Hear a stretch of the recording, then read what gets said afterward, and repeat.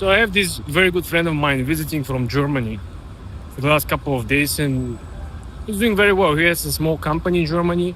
He's producing electricity to wind turbines, and we spoke about how shitty the dating market is. I don't know what this is in Europe, but he said it's very, very bad.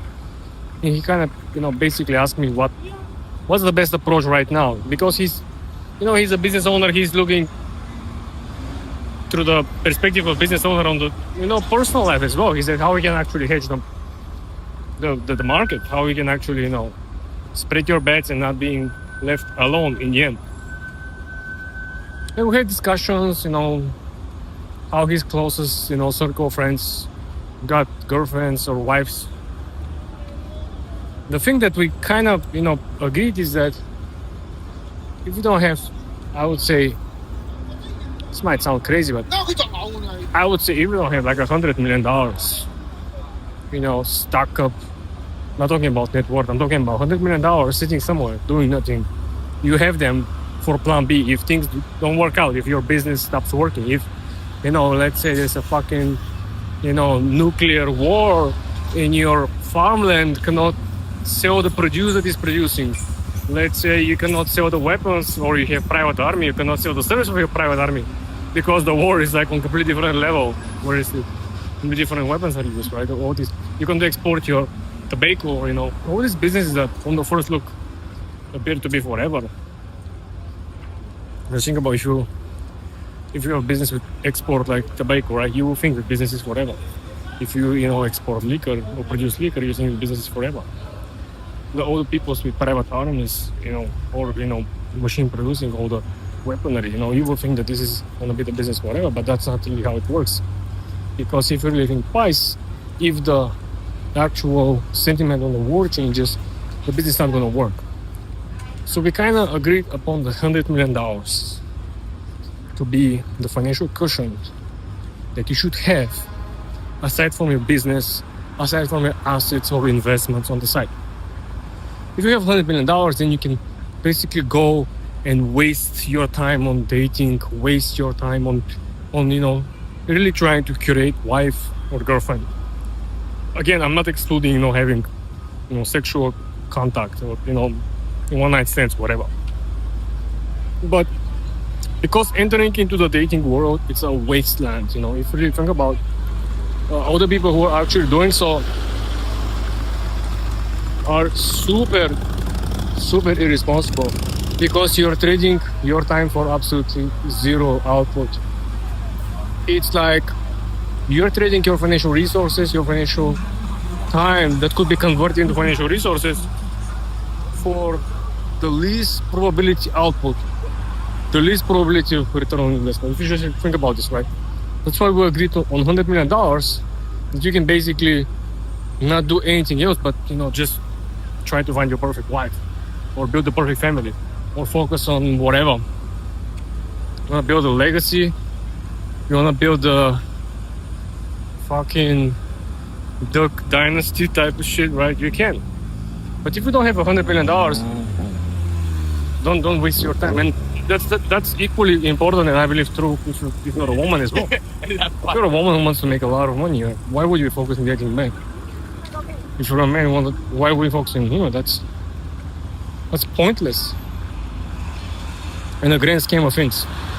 Because if you look back in 2019, when everyone's kind of buying, these stupid pre-owned vehicles, and they're paying like 40-50% above market value for pre-owned vehicle, and the smart geeks, you're computing, if you just put this in your retirement account, after 20, 35, 40 years, how much it will cost. So this again proves the point that the 40 to 50,000, if you do the right computation, if you do the 10, 15 to 12, maybe on average, your $25,000, $30,000 pre-owned car will be, equivalent to 60, 65, 70,000, which it's a substantial difference compared to the original net value of the position, right?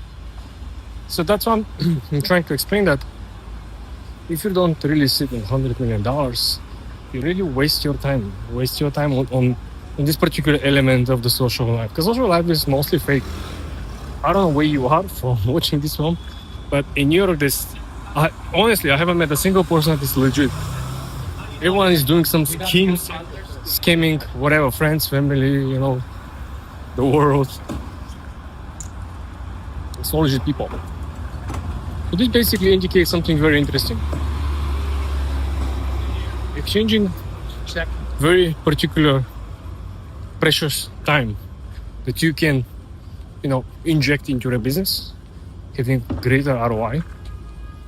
And nothing to, I cannot imagine looking back, and you look and say, oh my gosh, why did I spend 6 years building my $100 million business and feel bad about it? But I can maybe not only look back, but I can point out some people that definitely can look back and be, oh shit, why did they this girl, or why did this, because you know how stupid this is? This is basically, most of these relationships are going to zero. They're like these fake crypto coins, they go to zero. And this is not exaggeration. Think about how many actual relationships, people who spend years together, they want vacations, they purchase houses, and then they divorce, and everything go bust. Neither of them remember what actually happened. They spent 5-6 years, and they don't remember what happened. Imagine everything evaporates the second you actually, split. So I believe relationship or social life or personal life, it's not an investment. It's a complete waste of time. That's why I call them that you don't have $100 million to enter the wasteland. Maybe I should put this title. Should read, if you don't have $100 million, don't enter the wasteland of relationships, something like this. Because it's true. I honestly believe that.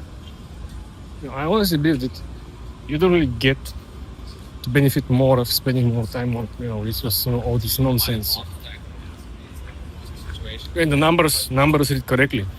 Look at Jeffrey Bezos lost what? Half his net worth over some bimbo, right? His ex-wife. Imagine losing $50 billion. Just because. Also, imagine if he actually focused 100% on Amazon from the get-go. No time family, no time other nonsense. He was so successful with the family. Imagine how successful he would have been even without the family and other nonsense. We can just regular, right? I want you to remember this. This is very, very not logical. But again, if you come down and think through deeply, you understand that that's the only way to do it.